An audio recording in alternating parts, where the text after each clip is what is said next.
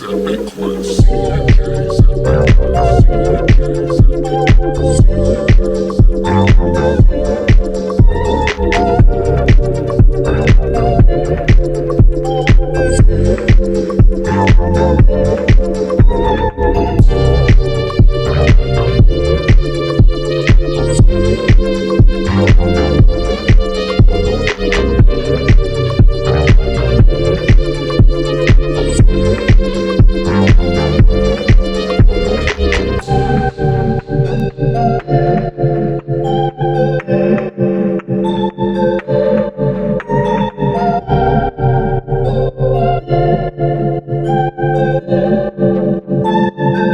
CNJ's CNJ's Epic Quest. CNJ's Epic Quest. CNJ's Epic Quest. CNJ's Epic Quest. Hey everybody, welcome back to D&J's Epic Quest. It is Derek Thord.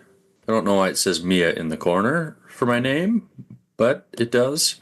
And we've got... Yeah, that is weird. Did our account get hacked? Why does your name say Mia? Heather was using my computer. She did have a virtual dance class now that I think about it. Okay, well that's good. But I don't know why she chose her cousin's name still. Maybe they're all joking around. Must have been. Introduce yourself. Oh, right, I'm Jarza Arlon. I'm that guy's co-host. You are above me on my screen. Well, God damn it. Yeah, man. It's been... We're doing this like every 2 weeks here. We kind of slowed our frequency down a little bit, but... Yeah, but that's just because, the episodes come out every 2 weeks now. Dude, I have something to share with you. And okay, everyone who listens to us, especially on Apple Podcasts, which for the fucking, 3.5, 4 years we've been doing, 3 years we've been doing this, right? 2022. 3 plus. Yeah. Plus years. Ever since, I would look at Apple Podcasts and 10 Very Big Books, for example. Yeah. They would have their seasons listed. And I'm like, why the fuck aren't ours doing that? Because that's kind of a very quick way to do what you got to do. Find what you want to find. Well, I figured it out. I figured out how to get it to show our seasons. So now I can click on season 1, and there's all of our podcasts in chronological order based on when you should listen. Oh, nice. Yeah. Speaking of Apple Podcasts, we're going to shout out Stu. He's in Deadhouse Gate still, but he shot me a message on Twitter because apparently we had an episode that was messed up. So it is fixed now. Hopefully you're listening to it or have listened to it, and sometime you'll get to this episode and get a little shout out there. So thanks for letting us know, Stu, because otherwise we never would have had a clue. Yeah, I don't know how that ended up getting mixed up with a Silverstones interview. So it seems like it was only on Apple, which is odd as well. Yeah. So I don't know if that was just my bad or what happened there, but I feel like someone would have called that out a long time ago, but I guess not. All the same, thanks Stu for doing that, for letting us know. We are not perfect and we appreciate that stuff. So as far as our Patreons go, in order of subscription, Jan the Picker, Luciana Intrigan, Ryan the Topological, Damien Facing the Rock, Nate Fiddle Me This, Shield Anvil Dylan, Calvin He Who Witnessed, Livia the Malazan Potato, Aaron Mott Irregular, Scott the Only, Graceless Passion, Dead Smell, Gestriant, My Own Genesis, Alex the High Mage, Tyler the Great Raven, The Joyful Union, and Tony the Watch, which is a newest addition to our little chain of dogs, which isn't so little anymore, I don't think. 18 would be considered little by some, but to us, so it's a pretty large group. Heck yeah. And it's a great group. Tony, you're an absolute monster. I know I text you, Justin, but just getting to know Tony a little bit. So he found us on a, I'll comment on Facebook posts on Malazan stuff every now and again and kind of shill ourselves, which I try to be careful with because I don't want to get banned or whatever. But it was a post like that, and I guess I couldn't tell you which one and they said, hey, imagine it was a deal where I'm like, hey, we've got me and my buddy do a podcast, and so Tony saw that, checked it out, and consumed. I don't know if it was every episode or just the Malazan stuff, but in a matter of like 2 weeks, which is insane to me. But he said it was like two to three episodes a day is what he would get through, depending on the length. So, Tony, when you hear this one, thanks for joining, and that blows my mind. That's crazy, but it's really cool. So thank you, and hope you enjoy your time with us here. 2 weeks. He's gone through 5 seasons, and we Yeah, had a that's how- 9-hour episode in there. Yeah, no, almost 10. Yeah, crazy to me. Blows my mind. Could not believe it when he said that. That's crazy. That's got to be a record of some kind. Oh, yeah, for sure. I mean, yeah, we got a few episodes out, so That's crazy. That's crazy. And he's all caught up. yeah. Wow. Okay. Well, that's awesome. I love that. I want to do one thing here before we get to the epigraph, Justin. I have a question for you, and I don't know that I have an answer for this question. Okay. But I'm going to put you on the spot. Ooh. What is your hot take on House of Chains so far? Hot take. Hot take. I feel like it's like, are you like as far as an order, or are you asking for a ranking, or what do you mean? What are you wanting to know from hot take? just your like thoughts. Do you have anything that might be maybe controversial or unpopular, anything like that? Maybe, a thought that you have. I'm curious. I can't No. think of anything really. But Not really. No, I mean, I feel like I don't think this book gets as much love as it deserves, which I don't know if it's just like people aren't paying attention or they don't remember much from Dead House Gates. But I mean, if we can take 9 months off from that book and pick this one up and maybe struggle a little bit, I like it. It's probably in contention for my favorite. I could see that. I don't know. I mean, I'm liking this book a lot too, and I don't know. We're 3/4 of the way through or so. But once we get through, I'm curious to see how I'm going to rank the books. But I do feel like people, not everybody obviously, but I feel like there's a contingent of people that rank this one pretty low, which is difficult because like all 3 of these books that we've read out of the main 10 have been really good. So Oh, yeah. it's been hard to pick a favorite. And if you're going to make a list, something's got to be at the bottom. So yeah, I think I can agree with you Well, I think we would agree that Gardens of the Moon would be at the bottom. for right now. So But far. then, yeah. And that's not that was a bad book either. Well, right. Yeah. I mean, and that's the hard part is like, you're really ranking if you had everybody who competed and got first place and they all raced in the same thing. You know what I mean? Like it's still a good book. And I don't even know at this point if I would say Dead House over House of Chains or House of Chains over Dead House. I feel like to me, they exist as one long book. But yeah, Gardens of the Moon and Memories of Ice kind of seem like one big book to me. And Dead House Gates and House of Chains seem like one big book to me because it's the same story. I can see that. I'm going to refrain a preliminary ranking of this book until once we finish it, then I'll feel more comfortable. But I mean, who knows what will happen in this last quarter or so of the book? Right. Maybe something will happen that I really hate that puts it at the bottom of my list or something like that. I don't know. We'll see. Yeah. I mean, maybe I don't know if that you're going to get that. I think that some things are going to get tied up here, and then we move on to Midnight Tides, which is weird to think that like we're starting the halfway point, and then I think after that is Leaves of Laughter's End, and then I think we go into Night of Knives after Midnight Tides. Oh, So okay. we'll get our first Esselmont book.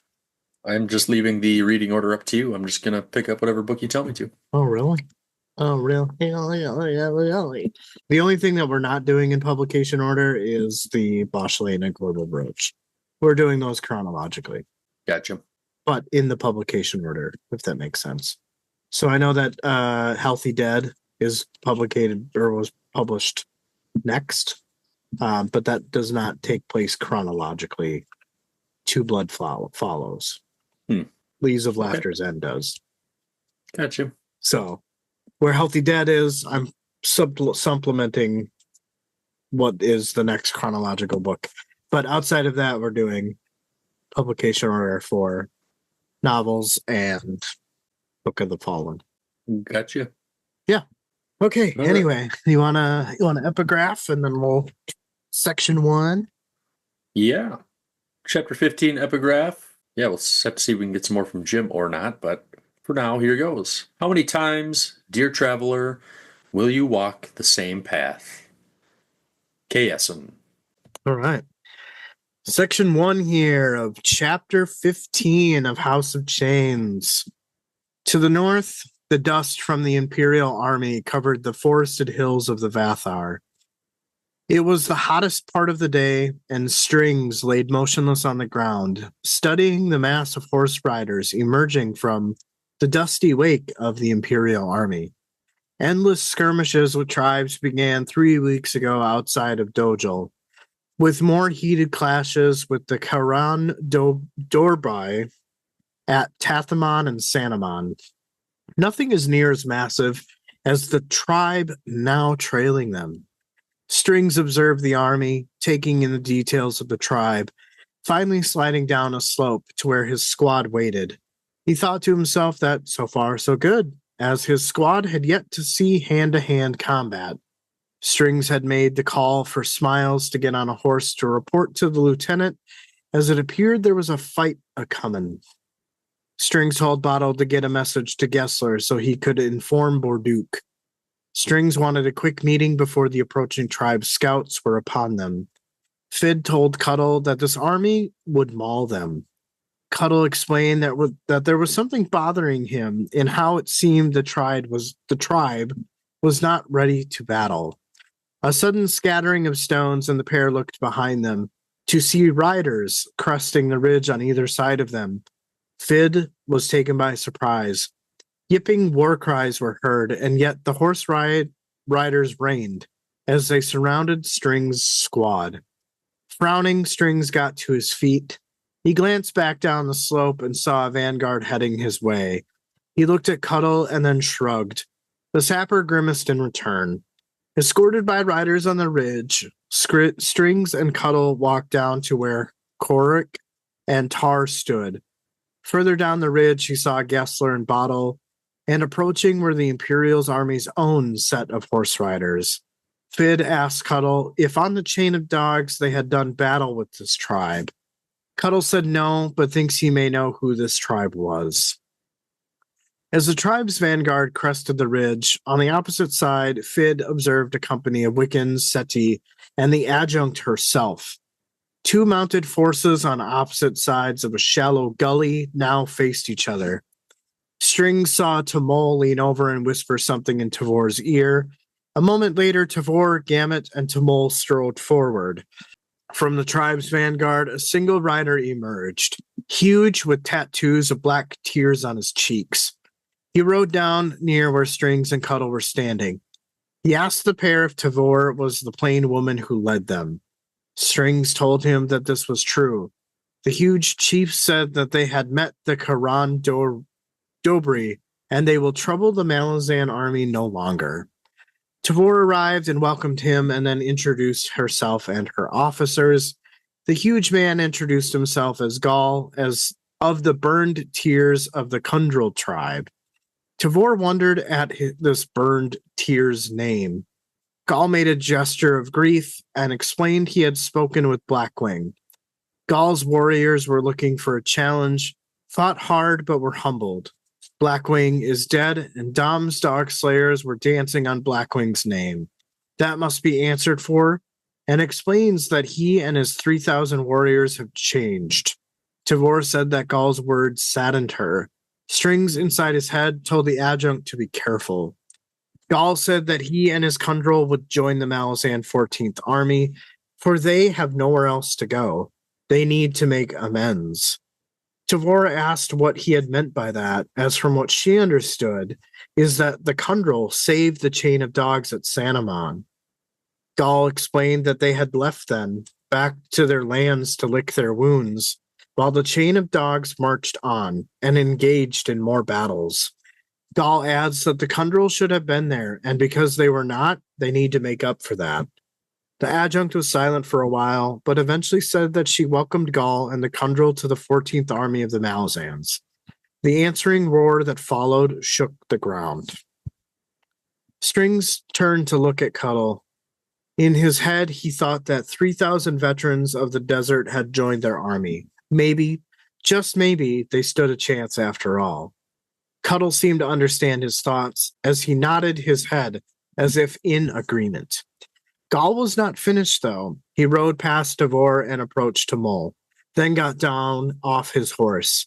The eyes of over 300 Wiccans and 500 Seti, he unslung a broken tulwar and held it out in front of Tamul. Tamul was pale as he accepted the weapon.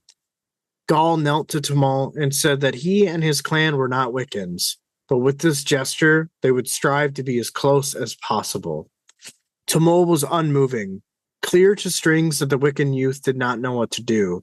Strings took a step and animatedly put his helmet back on. Tamul caught the flash of movement and froze as he met Strings' eyes. Strings shook his head no, slightly, signaling Tamul to not get down from his saddle. String gestured to his mouth, indicating Tamul to speak. Tamul settled back into his saddle and began to speak. He tells Gaul that Blackwing sees through the eyes of every Wiccan here. He tells Gaul to rise, and he, Tamul of the Crow Clan, accept the burned tears of the Crow Clan of the Wiccans. A shiver rippled through Strings as he heard the sound of everyone unsheathing their weapons along with a salute voiced by iron alone. Cuddle muttered under his breath that the sound was more scary than their war cries. Strings agreed inside his head and said that the sound was more ominous than Hood's smile. As Strings finished putting on his helmet, he thinks to himself how he wouldn't have done it better himself. Now, Tamul wasn't alone anymore. As far as the Wiccans and the Seti, he had Gaul and 3,000 Kundral warriors to back him up. Tavor chimed in and asked Gaul to join him in their command quarters as they could discuss battle strategy over a meal. Gaul said that they had their own food, and this night they shall not have a modest meal, but a feast. He scanned his warriors for the one he sought. He found Imral and told him to go fetch the wagons and have them brought up, and to find the 200 cooks while he's at it. After Imral had left, Gaul turned back around and lifted his hands in the air and said that Dom and his dog slayers will cower as he is ready for the hunt. Cuddle said to Strings that at least Tamul didn't have to worry about the Wiccans anymore. However, Tavor still have to live in Coltane's shadow. Strings thought that the adjunct didn't have a choice. He then faced his squad and told them to get moving, as they had pickets to raise. I really loved this opening, this chapter. And there is a quote that you kind of paraphrased that there's nothing wrong with it, but like if I would have been doing this section, I wouldn't have paraphrased it. And that quote is, "We are not Wiccans, but this I swear, we shall strive to be." And that really, I really like that quote. And to me, that feels like an answer in some sense to "the children are dying" quote from Dead House Gates. How do you think that? What's the correlation there? Maybe not so much as an answer, but just to me, like those two quotes, like "the children are dying" is probably the most recognizable quote that we have right now at this point in the series that we're at, right? Like if you seen somebody reading a Malazan book further on down the line, if they were reading Toll the Hounds or something, like you're on an airplane or whatever, and you said "children are dying," they would like look at you and they would know what you're talking about, right? Like they'd be like, "Yeah, I get it." So are you trying to say that because in the Chain of Dogs, the children are dying, Barry gives you this very like depressed, downtrodden lack of hope, all hope is lost type of vibe. Whereas like something like this is the direct opposite, where it's like it's hope filled. It brings, you know what I mean? Is that maybe where you're going with that? Is that I it's don't. more kind of I optimistic? got I got goosebumps when I read that. I don't know that it's necessarily optimistic because all these guys could still die. Who Yeah. knows? But it struck that chord with me that it was just like, okay, like this is an impactful quote. That will be another one that I will remember. The children are dying. I'll remember that quote. I will remember this one as well. I mean, it's yeah, the Kundral and you've probably had picked up on it, but the Kundral are definitely not your standard Seven Cities tribe. And I kind of go into that a little bit in this section because there were some interesting things. Sorry, I didn't mean to like hijack your stuff, but I really, No, no, this is great. I always feel like I just talk at you and then you're just like, "Yep, I got nothing to say to that." I mean, And then we that's move on, you know? So like sometimes, sometimes that's true, but it's not because I'm just trying to be like agreeable and move on or anything. oh, That's no, just no, kind of how no, it is. absolutely. No, it's just can you tell that I do the editing? I'll just ramble for like 3 to 4 minutes and you're like, "Yeah, But dude, I love listening to you though, and I don't always have it. I don't always have an answer for it. I do That's it too, all. though." So it's not like, any one of us is not guilty. I mean, you'll have things that you point out, and I'm like, yeah, dude, that's great. you know. So I mean, we obviously just vibe on like different things, or yeah, different things hit us in different ways, which is the cool part of doing this. And this was one of those things that really hit home with me because just like I could feel their grief, like, damn, we should have died with Coltane. right. You know, we could have helped him last a little longer and in whatever fight. We could have, maybe killed a few more of the other dudes or whatever. And we didn't do that. We kind of punked out. We should have done it, and now they regret that. And so now, like, I thought like the scarification or whatever you want to call that, their burn, like their burn tears, like well, that's pretty sick. That grief felt real to me. Like it's like I don't know, dude. Like if you were doing something, you're like, oh, like if me and you went to like this metal concert, and you're like, yeah, I'm gonna walk home. And I'm like, are you sure? That seems like a bad idea. And then I didn't stop you, and you got like killed on the way home. Well, why didn't I walk with Justin? Like maybe they wouldn't have messed with two people, or what? Maybe they still would have, but like I would have had your back. Oh yeah. There's not anything itching at you about the Kundral. Like, why are they the only tribe of the desert that's helping out? It's always felt off with me. I Maybe get maybe Gaul is the only one with some honor. I don't know. I get the feeling that it has to do with the Wiccan reputation. Interesting. Also, his name's Gaul, and then I think of Gaul from Wheel of Time, Who's Gaul in the Wheel of Time again? one of the Aiel. Oh yeah, thanks. Been a minute. Yeah. Anyway, here's kind of where we kind of get into some of the Kundral stuff. Fid asks Cuddle, "Hey, was this a tribe that you fought on your way to Aaron in the Chain of Dogs? Like, have you done battle with these guys?" Cuddle's like, "No, but I think I know who this tribe was." Fiddler makes the observation that the tribe was paler than local tribes and were heavily bearded and mustached. And this is interesting because later in the chapter, Gaul talks about the past and the stars and whatnot, right? And I get the impression that the Kundral are not original to Seven Cities. And maybe they're from an army that crossed the desert before and just got stuck and are unable to leave. And so, like, just culture upon culture or generation upon generation upon generation. And that's kind of its origins. I think it's just an interesting call out. And I could maybe see why they partnered, as they probably have never been accepted by other Seven Cities tribes. You know what I mean? Like the kind of the outcast tribe, because they're not original to Seven Cities. The island of misfit toys, as it were. So I thought that was interesting. I mean, they're bearded, right? Like mustached and bearded, and they're pale. I don't remember picking up on that or reading, noticing that. Yeah. Thank you, sir.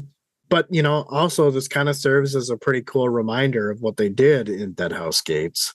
It helped recall that part where, it was just after they crossed the Vathar, they were at Sanamon, and the Kundral tribe went to go fight, well, not fight them, but, had a conversation with Coltane and ended up fighting so that they could escape.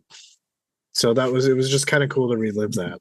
I don't remember if they were burned tears at that point in time. I don't think so. Yeah, this is definitely, I think this is a newer thing. But also, do you think that this is who decorated the Hill of the Fallen and the crosses on the roadway to Erin? Oh, maybe. Yeah, maybe. Maybe that could be some form of like penance for them or something, but Right. Yeah, so it's a good thing that Tavor didn't take him down, because that probably would have really offended the Kundral. yeah. No, I definitely think they were, this burned tears thing was probably after Coltane fell. Yeah. Yeah. So here's Derek. Here's where I'm maybe calling out your theory a little bit. Not the cool theory, but just the theory that you think that Tavor is going to get spanked. Does it change now that they have this tribe with them? I don't think so. I mean, like it's obviously nice to get 3,000 additional soldiers who are battle tested, right? But they have something to prove too. They have something to atone for, at least intrinsically within them. They're almost like 1.5, maybe 2 soldiers to 1. I don't know. Or maybe they just want to die, trying to avenge Coltane too. I mean, I think there's going to be a lot of losses on both sides. Yeah. And I still think I'm leaning, Tavor will eventually come out on top, but it's going to cost her a lot. I think so. I would agree. So this part where Gaul kind of goes over, and in front of all of the Wiccans, in front of all of the Seti, he offers this broken Tulwar to Maul. Strings makes a note, like a mental note, about the impact of this gesture, as he seems to think Gaul didn't anticipate the implications of such a gesture. And I'm guessing it's the respect of the Wiccans and the Seti for Tamal as a leader. So that was kind of really cool to see, because he was so heartbroken a few chapters ago about it. Well, it seemed like Tamul didn't really know how to react. Like he was kind of shocked, like, what do I do with this? Yeah, he had to like look at Strings, and Strings kind of like non-verbally walked him through it. Like, you got to say something. Yeah, exactly. So yeah, that was cool. I really like that from Strings, that leadership there. Yeah. You know what? That's a good point. It is good. Yes, a good leader, and even also when he doesn't want to be. Yeah, and it shows his acumen of Raraku, right? Which is kind of a little, maybe some foreshadowing, because he's clearly back. He blew in the conch shell. There's some type of song in his head that is leading him to do things. You know what I mean? So, like, speaking of songs, right? They talk about this sound as like everybody is unsheathing their weapons, and they, inside his head, he's saying it was more ominous than Hood's smile. As the chapter kind of goes on, it's not more or less revealed, but there's some more clarity around what Fiddler is hearing in his head, and it almost kind of sounds like a broken song. Like, music in this chapter is pretty prevalent, right? We've got the yipping, we've got the first cheering after Tavor welcomes them into the 14th Army, and then we have this weird sound. And I almost kind of wonder if this is Tano sorcery, if maybe the Kundral have something to do with the Tano, maybe they're like a relative or something. I don't know. You know, they're an essential part of Raraku. To me, it was just more like, they all drew their swords in like unison. And so you get that, that sound of a sword being drawn, but it's magnified by like 3,000. Oh, for sure. But I'm just saying that, like, in the elliptical Tano sorcery, if that type of ominous sound is like Raraku cheering, like they pushed or they need this alliance. I guess I didn't have any feelings on that, but that's just me. Yeah, just me looking into the nitty gritty. Yeah, okay, so to add on to that, like, just the sound of everyone unsheathing, just thinking about it here with the Tano song, I'm wondering if the sound that they heard when Tamal accepts Skull is Wiccan, I think that maybe just a note or a chorus or a breakdown in part of the elliptical sorcery. Like, I'm thinking song, right? So is that alliance just a piece or part of that song that is no longer broken, but it's actually complete now? I don't know. Not sure, man. So yeah, I'm thinking of it like, songs are very, they're pattern based, they're methodical. We get another instance of pattern in here. I guess we'll have to see. I don't know. Maybe you'll be right. Maybe. All right. That's all I had. And then I'm gonna be like, God damn, why did I doubt Justin? I mean, there's many reasons to doubt me. No. We'll move on here then. That was all you got? That's all I had. All right. Sorry, I feel like my voice sounds a little weird. Like I said, I've been fighting a cold here since Monday, but Sounds fine to me. Gamut paused outside the command tent as the party raged on. The Kundral roaming the camp with their fermented milk, passing them around. Gamut was sure more than a few of the men had puked back up the half-charred, half-raw meat that was passed around. The adjutant had said that the next day's march would only be 5 hours instead of 10, but that might be more than enough for those who went a little too hard and may regret their decisions tonight. Before Gamut entered the adjunct's tent, he watched a naked couple head into darkness. The two guards of the Crow clan parted and let Gamut through. Gaul and Tavor were the only ones left in the tent. Gaul was on a large chair and removed his helm, showing a mop of wild hair, midnight black. Gamut figured he was roughly 50 years old, while Tavor stood nearby and looked as if she was lost in deep thought. Gamut thought, if he were a painter, he would paint this scene, leaving the viewer to wonder. Gamut poured a cup and said the army was drunk. Gaul said they were like his army, lost. Gamut looked to Tavor, but there was no reaction from her he could gauge. Gamut turned to Gaul and said they had not yet had a major battle, so they did not know themselves yet. That is all. They are not lost. Gaul interrupted him and said, and not yet found. Gamut asked if he regretted joining them. Gaul said he was not regretting his decision. His shaman had read the sands, and they know the 14th's future. The 14th shall know long life, but a restless one, doomed to search, to hunt. For what? They don't know, and they might never know. Gamut said he didn't hold much faith in divination. No mortal, no god, can say they are doomed or destined. The future remains unknown, and they are unable to force a pattern upon it. Gaul asked if the deck of dragons was a form of divination. Gamut said he didn't hold much into that either. Gaul asked about there being patterns in history. Was he blind to the cycles they suffer through? Look at the desert they cross. Theirs is not the first empire to lay claim to it. What about all the tribes of old that history had forgotten their names? The past is all patterns, and those patterns remain under their feet. The stars above have their own pattern as well, even though they are only an illusion of the past. Thus, the past lies above and below the present. This is the truth the shaman hold to, the bones upon which the future clings to.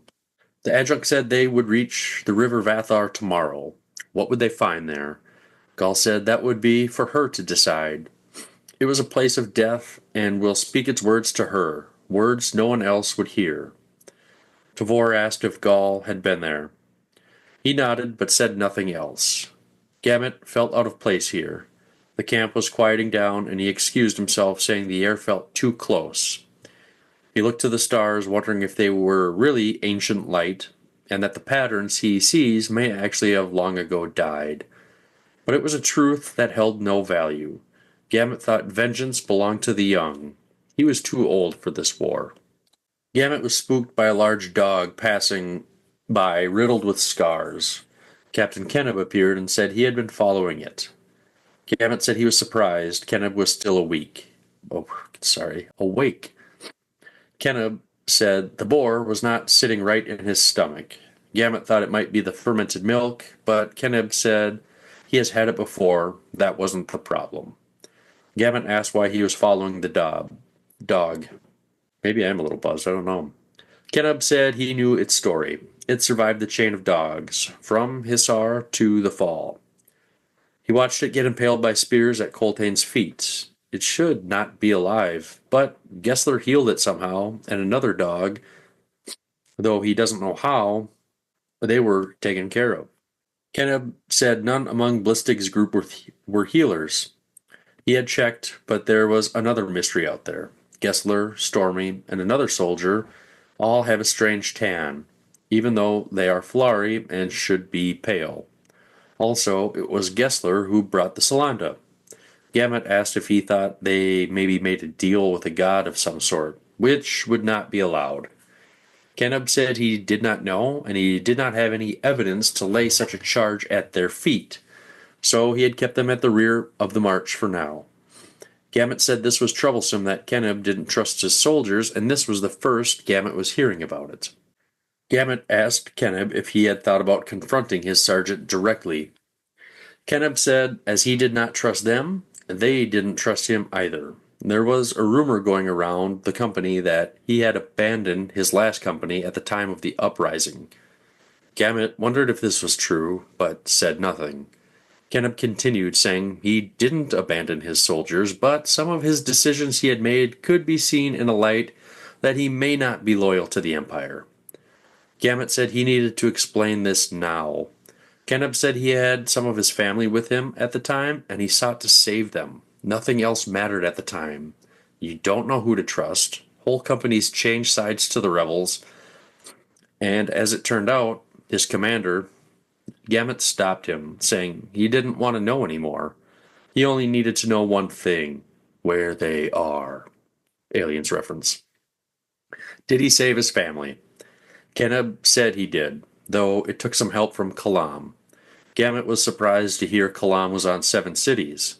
Kenneb said he thought he was on his way to the Empress. From how Kenneb understood it, he had some stuff he wanted to sort out in person. Gamut asked if anyone else knew this information. Kenneb said no. He had heard the bridge burners were wiped out, but Kalam was definitely here. As to where he is now, only the Empress is likely to know. Gamut told Kenneb to keep Gessler at the rear for now, but sometime before a battle they would need to test him, see if he is loyal or not. He said his dog was also out there. Kenneb knew. He thinks it's looking for Coltane, and it breaks his heart. Gamut said if that was true, he admits to being surprised. Kenneb asked him what he meant. Gamut said he is here. You'd have to be blind, deaf, and dumb not to see it. Bade him good night and strode off. What you got? Well, I think where Gall is talking about his shaman reading the sands in the 14th's future, saying that they shall know a long life but a restless one, doomed to search, and doomed to...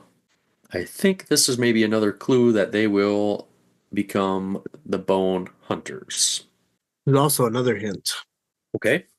That happens a little later on when you're talking about, in your comment about that you didn't take Gall for a philosopher, not to ruin that.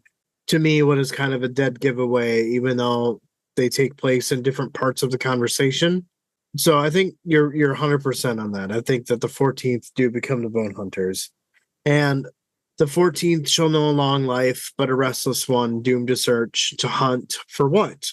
This is what Gaul is saying, but there it is too. The statement to hunt, and then a little bit later, he's talking about the history being above and below the present, right? Like he's talking about the light from the stars is from 2000 years ago, and that's kind of that is actually similar to the light we get from the stars is from 2000 years ago. So in 2000 years it's possible that that star may not be seen anymore because it went out while we existed. It's just kind of that, like, you're a small tiny ant in this huge giant universe theory. So Yeah. that was kind of cool.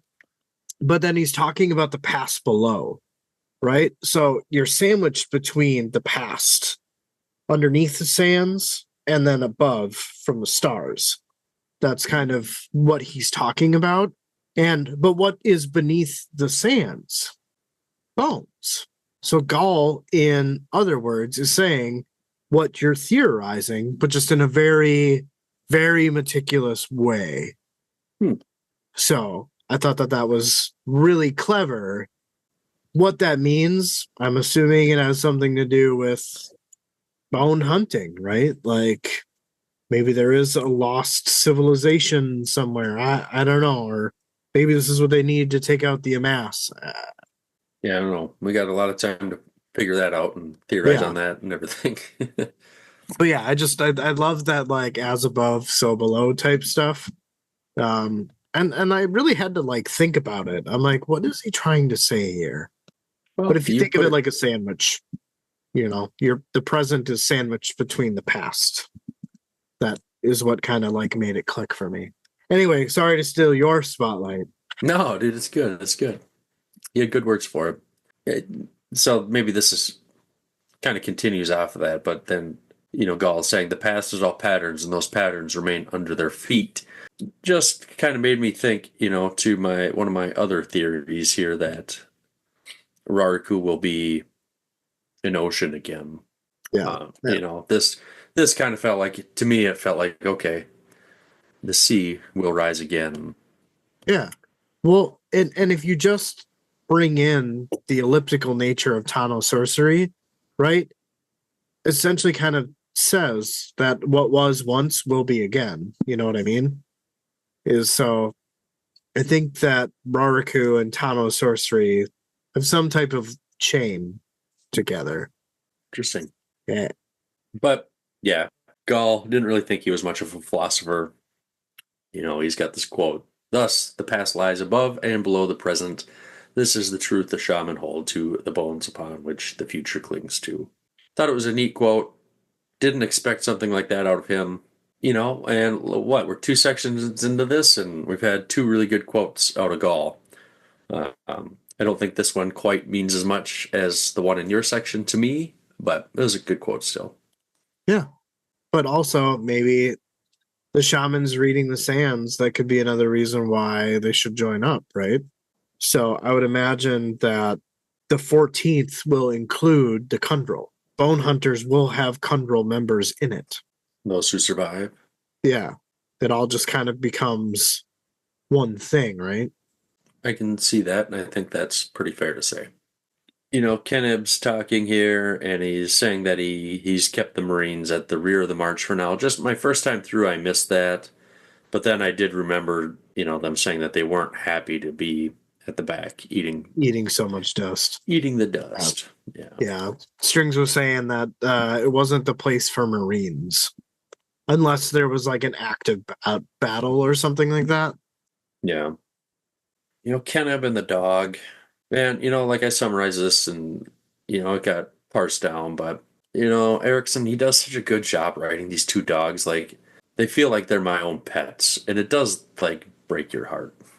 It's kind of one of those moments, like, there's a lot of harshness in this series, right? Whether it's people or just the environment.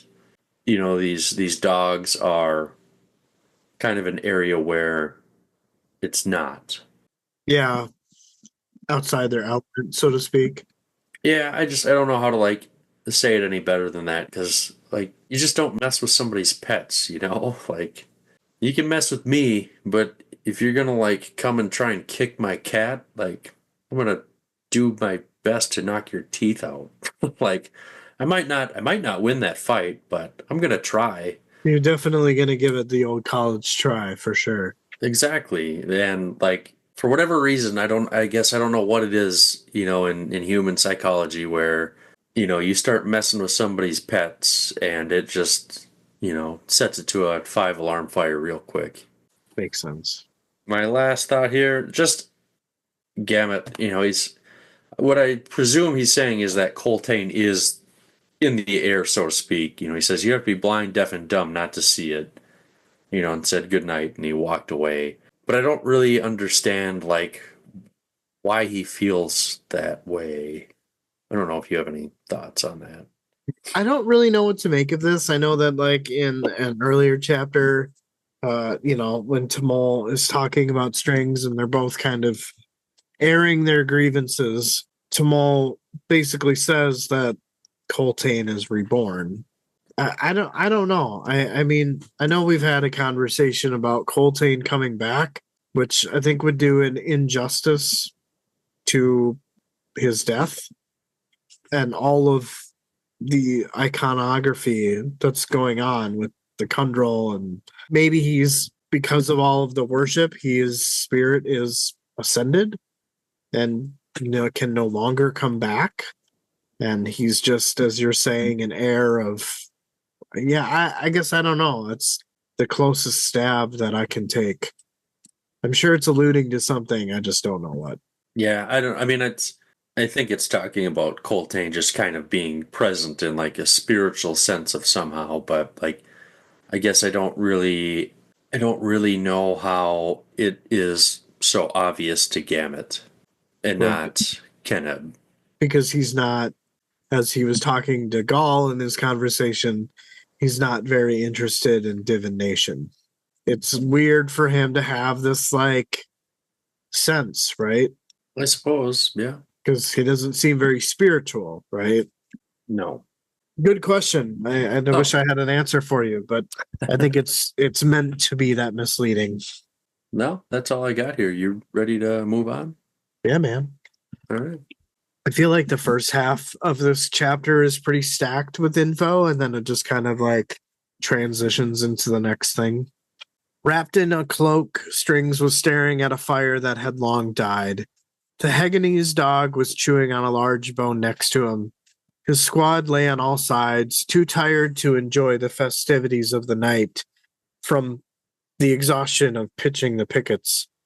None of it mattered to Strings, as the loneliness he felt could not be alleviated by company. His thoughts were not one he was willing to share anyway. His company had been eating dust, unusual for Marines, unless a massive army threatened the rear. But that was not the case. He suspects that Keneb was punishing them, and he had no idea why. Even the Lieutenant Renal, who managed to avoid the squad, didn't know of Keneb's motivations. He thought to himself that Renal couldn't achieve his stellar reputation if his squad was coughing up dust the whole way. He asked himself if he even really cared anymore. The sudden joining of 3,000 warriors had lifted the spirits of the army, but Strings hoped that there wasn't an omen in that aftermath. Strings goes deep inside his head, wondering if now that they had 3,000 warriors, was there much use for him? Why did he want to come back anyway? He wasn't that young, mouthy fool anymore. Did he really think he could recapture something in the Holy Desert? He had joined for revenge. He curses Kalam for not talking him out of re-enlisting. Just then, Gessler's cattle dog strolled into view. Strings tells Gessler to come on over. Gessler appeared with the jug in his hand. He sat down and threw the jug away. He tells Fid that he, Stormy, and Truth can't get drunk anymore, and that they are cursed. String states that he could think of worse curses. Gessler said that he could too, and then reveals that he can't sleep either, because they're not excited to be back at the site where they waited on the Salanda for the chain of dogs at the Vathar River. Fid replied, and Gessler grunted at the response. Neither spoke for a while when Gessler guessed that Fid was thinking about running away. Fid scowled at the man. Gessler slowly stated that it was tragic to lose friends, and empathizes that it makes one wonder what they're still doing here. He continues his nonsensical talk. Fid asked if he was supposed to understand what was said. He tells Gessler that it's not just about what happened to the bridge burners. It was about being a soldier and doing this all over again. Fid explains that he didn't like it the first time, and there's got to be a point where it's no longer the right place to be. Gessler said that what Fid said was possible, but he believed that it all came down to what one was good at. He asks that Fid didn't want to be a soldier anymore. Well, then what would Fid choose to be? Fid replied that he could be a mason's apprentice. Gessler said that apprenticing was for 10-year-old boys. Gessler tells Fid that with soldiering, there was only one thing to do, and that was being a soldier. If Fid no longer wanted to be one, he suggested that he end it. Because there's a battle coming up, this would be the perfect opportunity to fall on a sword. He paused and then poked Fid, stating that this wasn't the case, though, and guessed that it's because Fid has a squad to look after now, and that's what's got him thinking about running. Fiddler rose and told Gessler to go pet his dog, and then strolled off into darkness. He was soon out beyond the camp. After taking in the sights that the beginning of the dawn provided, he then paused. He heard a faint singing, low and mournful, that seemed to be coming from a depression on this side of the ridge. He had heard it other nights, always beyond camp, but hadn't been inclined to investigate. There was nothing inviting about the atonal music, but now it called to him, with familiar voices. Heart suddenly aching, he walked closer. He saw the two Wiccan children, Nil and Nether, had formed a circle in the grasses. They sat facing each other with a bronze bowl between them. Whatever was inside the bowl was drawing a mass of butterflies. Strings hesitated and decided to leave, but Nil told him to come closer, as the sun was rising. As he got closer, he stopped as suddenly because he was surrounded by butterflies. He spun around but could no longer see anything beyond the swarm. Nether exclaimed that he wanted Strings closer. Strings couldn't take another step, though, for within the swarm there was a presence. It said, "Bridge burner, Raraku waits for you. Do not turn back now." Strings demanded who was speaking with him. The presence replied, "I am of this land now. What I was before does not matter. I am awakened. We are awakened. Go to join your kin in Raraku, where he will find you. Together you must slay the goddess. You must free Raraku of the stain that lies upon it." Strings was very curious about what the present meant by kin. The present said that the song wanders and that it seeks a home and to not turn back. Suddenly the presence was gone and small hands were clutching Strings' clothes. He looked down and Nether's face was filled with panic. 2 paces behind her, Nil was hugging himself, tears in his eyes. Nether was screaming at Fid, wondering why it chose him instead of them. They had been calling and calling. Strings pushed her away, saying that he didn't know. She asked Strings what the presence said, and did it leave a message for them. Strings revealed that it didn't, and asked who they thought it was. They responded that they thought it was Sormo Enath. Strings questioned out loud the warlock, and then started to stagger as singing filled his head. He screamed to Nil and Nether to stop singing. Both of them just stared at him like a goober. Strings realized that it wasn't them singing. Nether had asked Strings who was singing. Fid shook his head and turned to make his way towards camp. Sormo had no words for the Wiccan children. He could no longer look at the desperation in their faces to talk to a ghost that was clearly gone. He thought to himself that what had spoken to him was not Sormo enough. That was something else, and Hood knows. He wondered about what the presence had meant by what it had said. He wanted to scream, only to silence the song in his head. The painfully incomplete music gnawed at his mind. Rarku was not yet done with him. He cursed inside his head to damn all of this. Before you get into your points here, and maybe this is one of them, I'm not looking at them. Who do you think this was that was talking? I don't think it's Sormo. I will agree with you. So I thought, at first, okay, well, it must be Coltane. But I don't think that's the case either. When I reread the chapter today, I had a different realization, or a different thought come into my head. What is it? Rylandris. Why do you think it's Rylandris? Because like right before that they start talking about that, they talk about half a dozen desert wolves. And I don't think you summarized that. Ooh, I didn't. No, I didn't. But I thought Rylandris was 12 wolves. Could have split up. Maybe. Half of them here, half of them there. Very, very interesting. And very interesting. And I had to double check as you were reading. I paged through it and I found it just to make sure. I thought I remembered seeing that. And on page 643, it does say half a dozen desert wolves, and then it kind of goes into that. Like half a dozen desert wolves howled or something like that. That's fair. I don't know. Based on where Karza is, because we just got Rylandris following him for 4 days or whatever it was, that he is way far away from where Fiddler is. So maybe it's just this weird timing thing, but I have a different theory, but I like yours. That was cool. I didn't think of that because I remember thinking about the wolves. Like there has to be a reason. There has to be something there, right? Because everything is like subjective, but there's also a purpose to it. But I like that. I remember wondering about the wolves. So we'll go with that. But I will save my for last because it might be one of those things where you're like, oh, so first things that has. So just this comment about Fiddler and a squad being too tired from pitching pickets to partake in the festivities. And I was just like, you know what? Based on Gamut's surmise of the fermented milk, I imagine they dodged a bullet.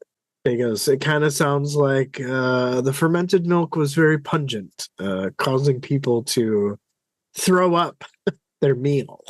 I would like it to be on record that I am not a fan of like really fermented anything.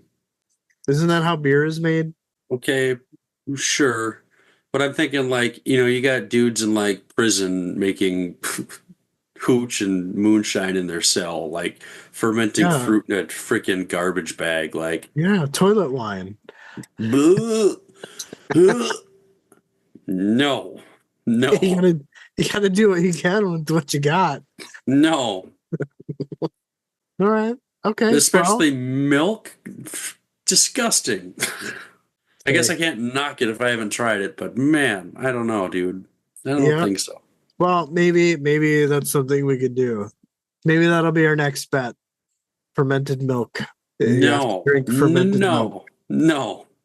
Unless you want to videotape me puking all over the place. Hey, that wouldn't be a bad TikTok video. And who said you have to drink it, right? Like, I mean, there's got to be another bet somewhere out there.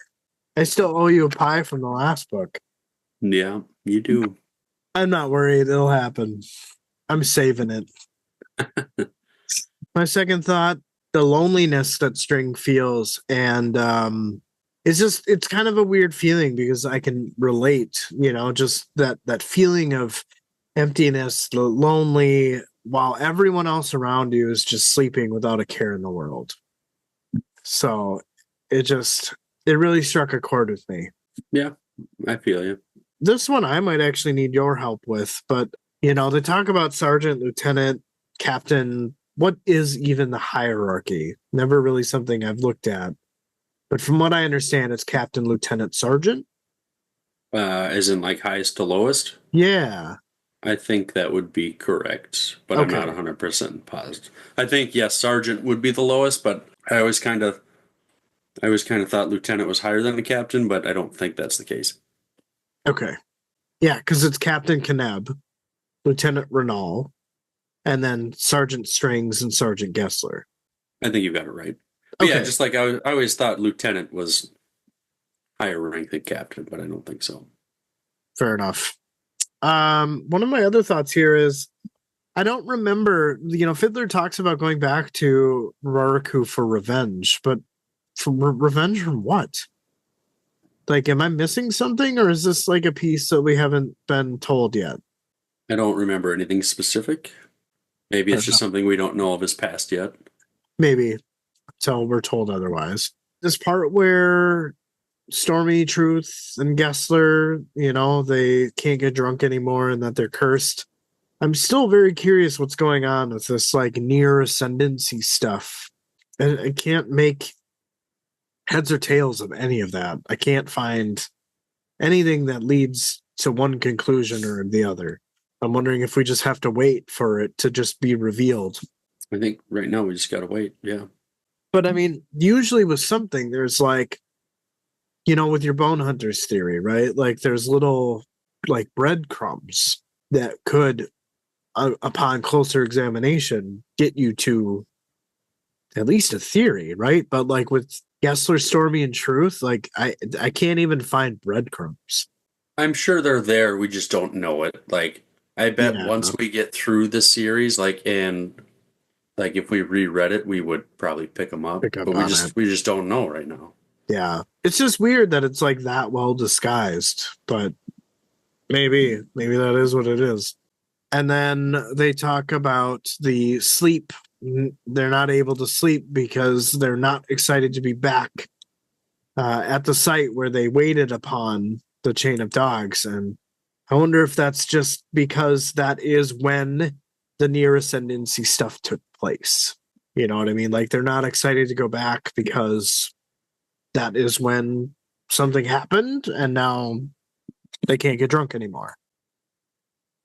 Next thought here. He tells Gessler that it's not just about what happened to the bridge burners. I'm assuming that I'm wondering if it's like an all-encompassing thing, like the bridge burners being outcasted, the shit that happened at Pale, or do you think that this is purely just the fatalities at Black Coral from the end of Memories of Ice? Because that's kind of the most recent report he's gotten of his friends. I guess I'm not sure. Do you think that it's like, all of the bridge burner stories combined, or is it just the end of Memories of Ice? Well, I don't know. I guess I felt like he thought like it was all of them. That's fair. I mean, it doesn't make a difference either way because they're both tragic. So, this whole part with Gessler and like hey, you're a soldier, like go be a soldier or go end it. I was not a fan of that suggestion and kind of made me judge Gessler a little bit as kind of a dick. I don't know if I really like him. But I mean, I get it. I get where he's coming yeah. from. It makes sense, but it's just like that's your solution. It's a little harsh for somebody who's got a lead, right? Like, yeah. I mean, I But at the same time, he strikes a nerve with Fiddler, right? Like it obviously, tells Fiddler to go pet his dog, or Gessler to go pet his dog, which is a very weird way of telling someone off. And go pet your dog, Gessler. It's just like, get pissed, dude. Like, go pet your dog. Yeah, and then he just marches off into the darkness. So, obviously what Gessler is saying is something that maybe Fiddler needs to hear. So, like, I understand. I just think that maybe his delivery was a little harsh. The words themselves are probably maybe what Fiddler needs to hear, but the delivery is very abrasive, is abrupt. Yeah, it's just like it makes me think of like I don't know, like I can imagine myself in that conversation and feeling like you're coming off pretty hot, dude. Like fuck off, like chill out. Like I get it. I hear where you're coming from, but like God damn, dude. Like you are on my ass. It's almost like, it's that reluctant hero trope type deal, but like he doesn't want to he still doesn't want to like fall into it and be the Right. hero, even though he's reluctant to. Like he's just Right. It's very similar to Paran, right? Where like he's the master of the deck. He's kind of being forced to roll. It's kind of the same thing that Raraku is doing with Fiddler. we'll see how it plays out for him. But then there's this part, right, where he hears this atonal music, which I looked up atonal and it means broken, right? Incomplete. And how it's calling to him, but in this instance, with familiar voices. I don't remember reading that at first. So I'm like, that's kind of strange. Like, is it his dead companions that are guiding him? And is this maybe related to the bridge burners being born in Raraku, right? Like there's always that story in Memories of Ice where, Whiskey Jack is telling Rake about the journey of chasing Quick Ben across Raraku, and like something had happened to the bridge burners, like when they came out. So the whole familiar voices thing kind of threw me off. Okay. So what the presence actually said, and I understand I probably sounded like Hubert Farnsworth when I was saying it, but It was good. based on what I know, I don't think it's Sormo. Like I said, I know that when I first read this chapter, I thought it was Sormo enough, but I think it's someone else, and we'll get to that. The whole "we are awakened" thing, I'm guessing, has something to do with the Tano sorcery. So when Fid blew the conch shell when he was in Tremolor, I'm guessing he awakened the spirits within the desert, the past being buried, right? Because elliptical, right? When he talks about the kin, he's not talking about blood, right? He's not talking about Fiddler's sister or brother or parents or whatever. He's talking about the bridge burners. And the only other bridge burner in Raraku right now is Kalam. My guess is that Fiddler and Kalam will have to take out the whirlwind. Not necessarily Felazin, as I firmly believe that she is just a puppet for the whirlwind's destructive nature. And I'm assuming that once this is done, Raraku can return to what it once was because of the Tano sorcery being elliptical. Basically, what this is saying, this presence is saying, is that, hey, I need you two to take out the whirlwind so that Raraku can be freed of the stain that it's leaving. Is kind of what made me think real hard about Tano sorcery and this presence. I'm wondering if this presence could be Bithidal, playing as Raraku to get Strings and Kalam to take out the whirlwind. Because is it possible that Tano sorcery is rooted in Rashan? Because the dance is the art of assassination, right? But what pairs really well with dancing? Music? What if this is just an elaborate way of usurping the whirlwind, as it's the biggest fragment of Corralled Emerlane in this realm? I think it's Bidithal doing this. Yeah, so he can take out the whirlwind so that he can take it over. So he can take out Shadow Throne. That would be something, Justin. I don't know what to think of that. Just saying. Just saying. Blah. I just, music, dancing, right? Like it just Yeah, no, you got good points. so that's just me thinking, just thinking really hard about it. Because, dancing is also elliptical. I mean, the same patterns, right? You just kind of repeat in and out. But that was it. That was all I had for that section. And I feel like everything after here is just kind of transition. I don't think I ever would have drawn that conclusion, to be honest with you. And I don't. I was actually really surprised at it myself. So maybe there's something there. But based upon how much Bithidal hates Shadow Throne, I can imagine him scheming. Bidithal, not Bithidal. God damn it, Bithidal. It sounds better that way. It just makes me think of a toilet either way. Yeah, he's He's a piece of shit for sure. Yeah. He is. Yeah. He needs a swirly. Give him one. Yeah. But yeah, that's all I had, dude. We can move on. All right. Gamut got back in the saddle of his horse and headed towards the river. Not enough time had passed for the river to swallow all the victims of the slaughter that had taken place here. Bones, bits of cloth, and parts of weapons littered the area. The ford was barely recognizable. Parts of the floating bridge were heaped on the upstream side, while broken and waterlogged wagons and other debris filled the area as well. It looked to Gamut that the whole thing could fall apart at any moment, though scouts had crossed it on foot. On both sides of the river, the forest was colored and filled with painted bones and pieces of clothing hung from the branches. Mesharn Tho Ladan, the day of pure blood. Upstream, as far as he could see, on both sides were poles stuck into the ground with the carcasses of goats and sheep hanging from them. Some were well into rotting, while others were still draining blood. Maggots dropped off the carcasses, and the fish were in a frenzy. Kenneb drew up next to him and said, "It wasn't mud holding things together, was it?" Gamut said it was blood. Kenneb asked if the animal sacrifices were done to welcome them. He couldn't imagine them as an ongoing thing. The herds would be gone in no time. Gamut figured he was right. Kenneb said they would need to cross a river of blood. If these tribes think that is an honorable gesture, then the queen has stolen their sanity. Seeing the word metaphorically has driven him nuts, but of course those from 7 cities see everything differently. The land is more alive to them than just spirits or ghosts. Gamut asked if they needed to study this. Kenneb shrugged and said that the dialogue spoke of the rebellion and only the rebellion for months before it actually happened. If they had bothered to read the signs, they would have been better prepared. They had drawn up behind Tavor, Neil, and Nether.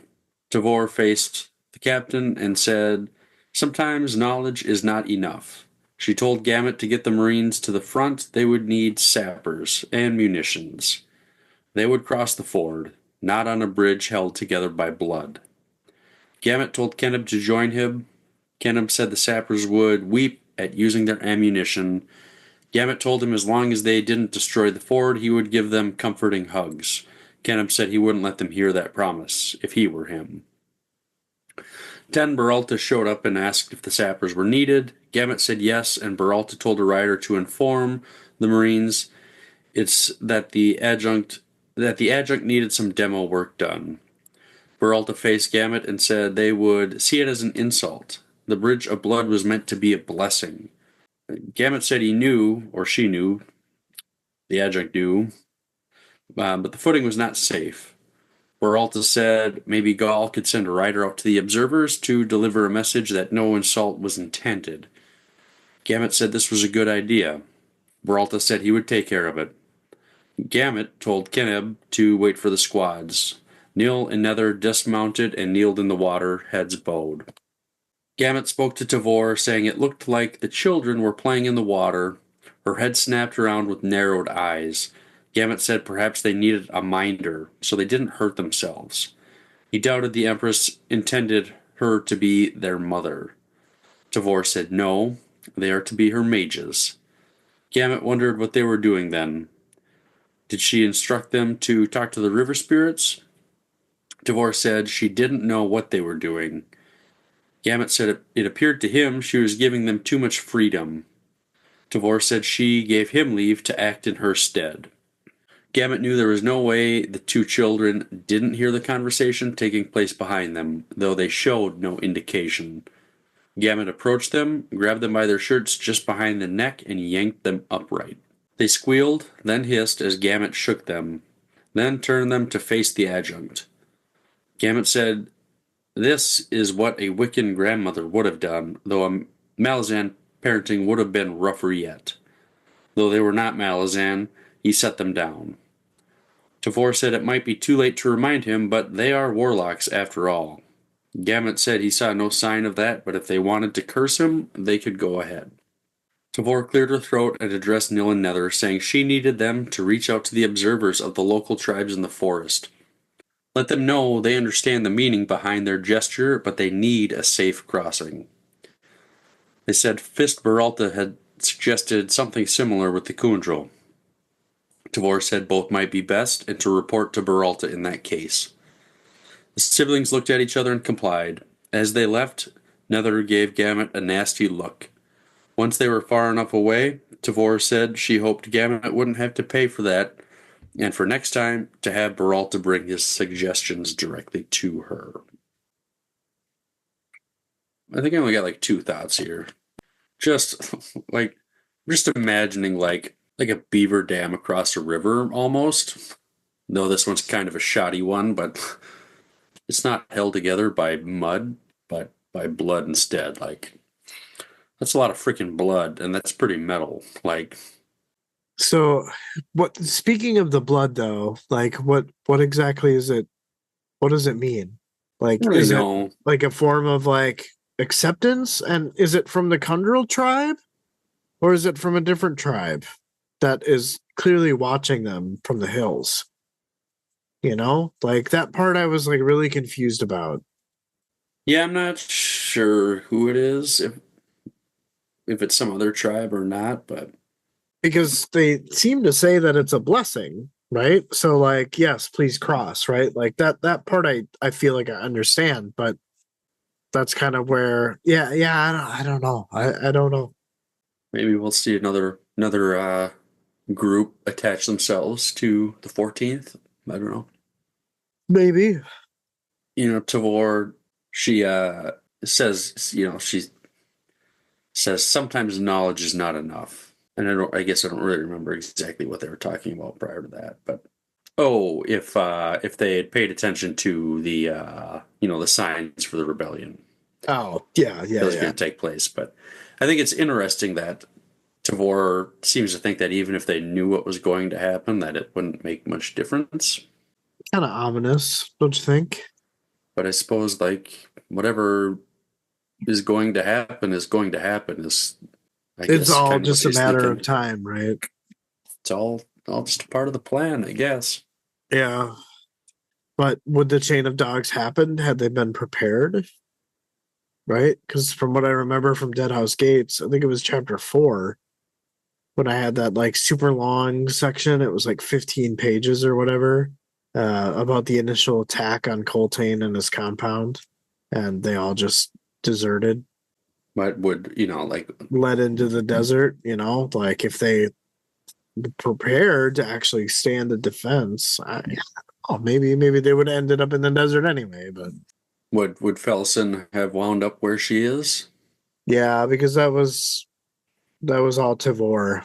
So maybe I don't know if Felizin and Tavor's story has anything to do with the rebellion or the uprising, but who knows? I didn't have a note on this, but I did think it was kind of funny that Gamut just grabs Nither and Nell by the scruff of the neck, basically, and listen here, you little shits. Yeah, they seem to be the only ones that have not stopped grieving. Right? Like even in the last section, like they're just still desperate for answers or something, you know? And I feel it's really weird. Like they're just I don't know. They refuse to get over the grief. I Which I don't think it's understand, but that weird. I mean, like think about it. Like they're retracing this path, right? Like yeah, that they already went through, and I really like. I imagine like what I would think about is like every step you're walking back, you just think Coltane was alive here. Coltane was alive here. He was still alive here. He was doing this here. I suppose that's you're taking the much more compassionate route. Yeah, I mean, I guess I align with the adjuncts. I'm just kind of like, come on, like I need you already, you know? Do your stuff. So, yeah. Yeah, that's all I got here. Unless you got anything you want to add in. Your insight was appreciated. Well, thank you. Yeah. But no, I don't have anything else. All right, well, let's crush your last one out here. Let's do it. Cuddle and Strings scrambled back from the shoreline. They were soaked in blood, blood mud, but still had a grin on their face because they got to play with munitions. Munitions. And not their own either. The 14th Company's supplies. A thundering sound was heard, and the two men went flying. They laid with hands over their head for a moment before Strings looked up to see Cuddle looking at the shoreline. Strings thought that they should have used 2 cussers instead of 3. They exchanged nods and then got to their feet. They saw that the ford was indeed cleared. Strings asked Cuddle if they made any holes. Cuddle replied that they didn't create any holes that would drown anybody, and added that it was a good thing Strings didn't run. Strings shot the man a glance and asked Cuddle what it was he couldn't hear. Cuddle said that this was not something he could answer. The first rider appeared, another sapper. The sapper, maybe, stated that it was flat and clean, but left it too close as what's the point of a big explosion if you have your face in the dirt? Cuddle brushed himself off and asked maybe if he had any other bright comments, and if not, to go check for holes. Strings added to let Maybe's horse find its own pace. Strings stared after Maybe as he rode away, and said out loud that he hated sarcastic dicks. Cuddle said that the Wiccans would skin him alive if he broke that horse's legs. Renal and Keneb approached the pair of sappers. Keneb said that they did a good job, or so he thought. Strings replied and said that everything should be okay as long as they don't get shot at with arrows. Keneb said that this was taken care of, and Strings and his crew were the first to cross. To Strings, there should have been pleasure in a task well done, but nothing after that initial rush. The broken song played in his mind, accompanied by every thought. Cuddle said that the way forward seems clear. Strings inside his head said this was true, but that didn't mean he had to like it. So, first thought that I had was I'm not sure I understand this line where Cuddle is like, he says that it was a good thing that Strings didn't run. String shot the man a glance, asked Cuddle what it was he couldn't. Oh, got it. Going back to the conversation he had with Gessler. I see now. Okay, now I understand. I thought this was in relation to the explosion, but Cuddle heard Strings and Gessler's conversation, is what this is referring to. About him wanting to flee. Right, yes. Gotcha. Yeah. Yeah. So, That okay. makes sense. I don't know if I caught that the first time. I don't know if I caught that the second time. Yeah, it was very confusing. It was kind of a weird place. But yes, he's not talking about running away from the shoreline. He's talking about fleeing the army. So, and that's why Strings is like, what is it that you don't hear? So, and Cuddle was like, that's something I can answer. Okay, so that makes more sense, not in context of what was going on. Checking for holes. And the section seems to be focused on the explosion and what it has done to the landscape. However, I don't know what the hole part means. I didn't know explosions would leave holes all over the place. Maybe this would be something I'll have to look up, but I don't know. Do you know? I think he's basically just telling him to go break a leg. Because, like, I don't think there's going to be holes all over. There'd just be, if there was going to be holes, there would just be 3 of them, I think, from the 3 cussers that they used. Right. Because, yeah, they could have used 2. I think it's just a saying way, get bent. Got it. Okay. Fair enough. I mean, that's kind of how I took it anyways. Yeah, I mean, it sounds like maybe is being a little sarcastic about a big explosion and keeping your face in the dirt. But yeah, I took it as a real thing because they talk about the holes and then maybe comes up and they're like, go check for holes. So, well, I'm sure they're like, well, yeah, they blew a dam up, right? So right. Like, there's probably some holes under the water, from where they detonated their explosives. Fair. The other thought that I had is just again this broken song being played in his mind. Now it's getting to the point where like it's kind of accompanying every thought he has, and it just sounds like torture. So Like a ringing in your ears that won't go away. yeah, you could even say it like that. I don't know if I would say ringing. I would just say like very bad music, like off key, off tone, no melody. That was just the one Um, thing I could think of a comparison for. no, that makes sense. Then, and then the last thing that I had here is just Strings thought to himself about, yeah, he didn't mean that he had to like moving onward. And I'm seeing a whole new side to String here, and it's interesting. Like he just lost his friends, Whiskey Jack, and like you feel heavy with him, and I think that's just good writing. Like you feel him, you feel his aloneness. Like you can understand why he feels alone. Yeah, for sure. Yeah. So I just with a heavy heart, I can relate to Fiddler, and I can definitely see why there are people out there who enjoy him as a character because I do as well. Yeah. But yeah, take her home, man. All right, we'll wrap this up. The land rose sharply on the north side of the river Vathar. The army continued to cross as Tavor and Gamut climbed a goat trail up the top of a butte. Gamut was breathing heavy and soaked in sweat as they made it to the top, and they were greeted with a hot wind.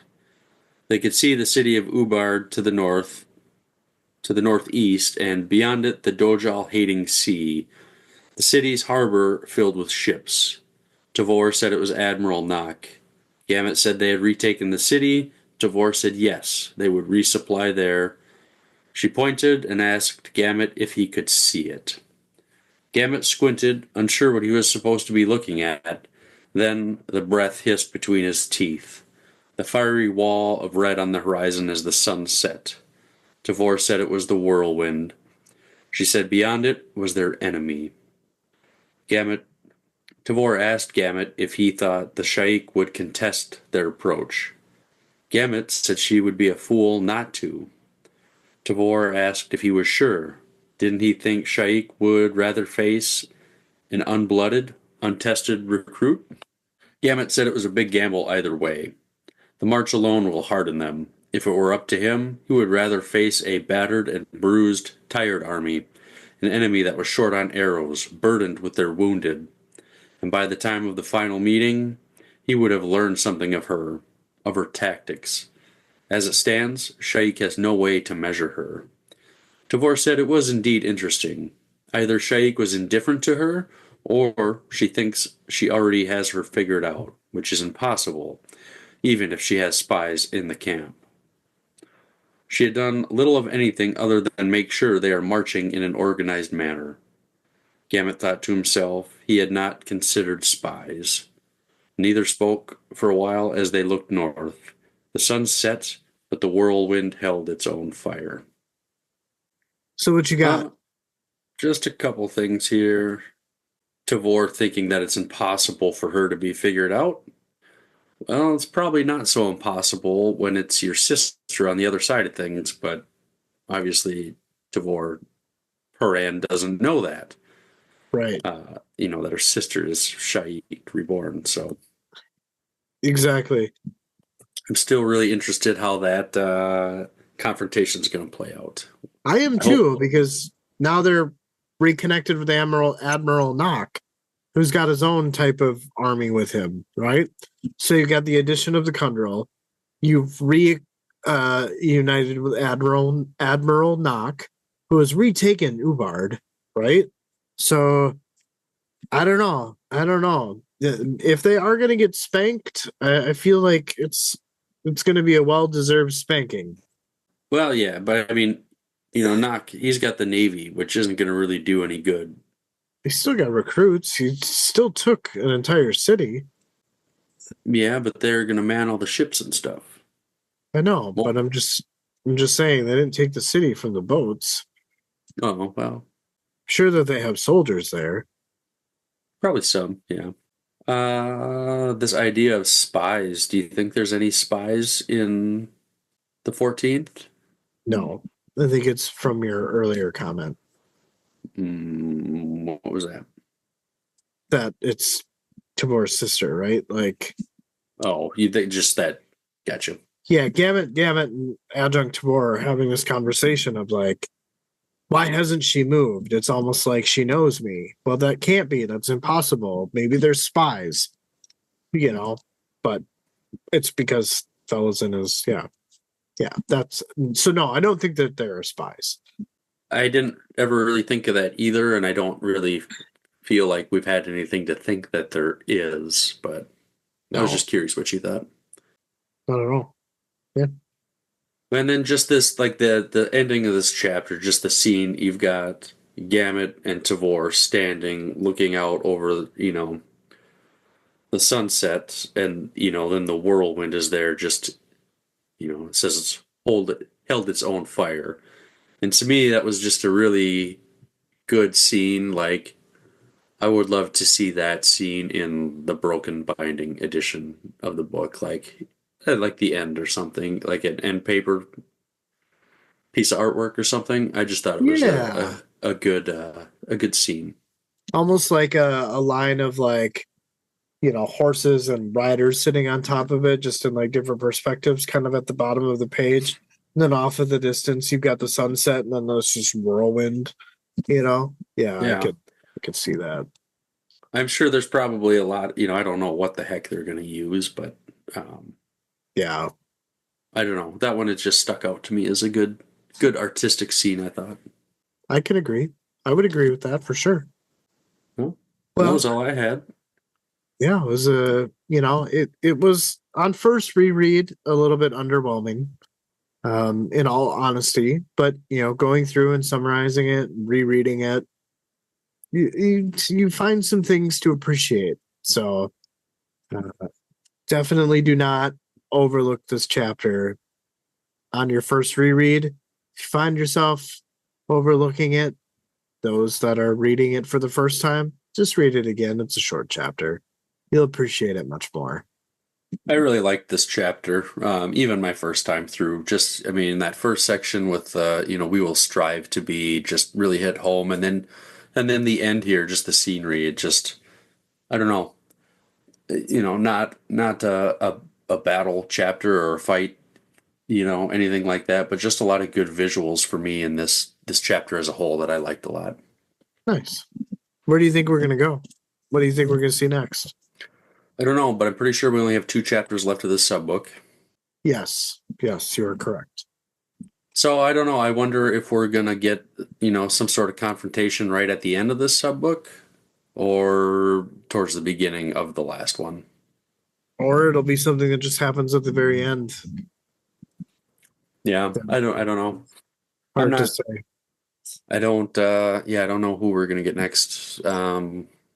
I'm not sure who would be up, and I'm not sure how if this chapter held up to your rotation that you've figured out or not. But Well, I mean, I don't know if it's like exactly, but the chapter before this was the one with Karza, right? And Mappo and Akarium.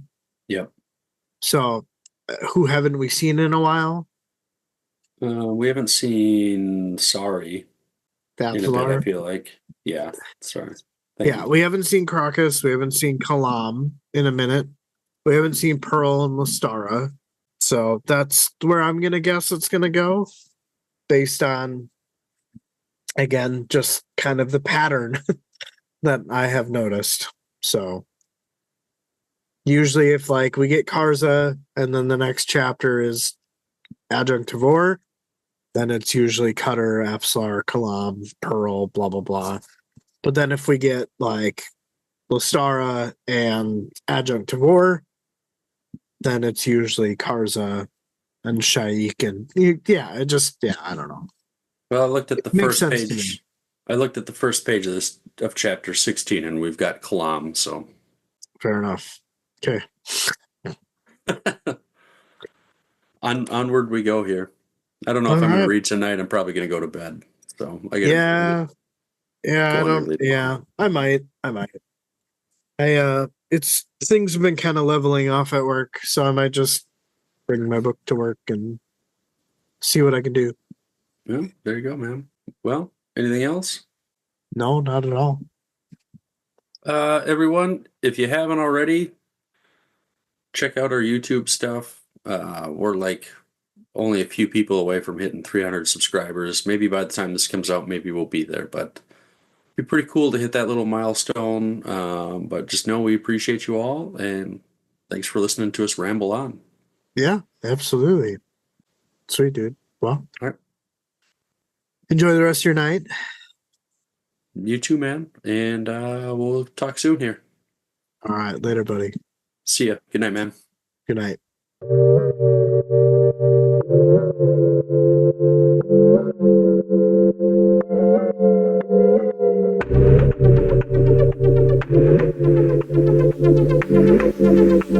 DMJ's Epic Quest.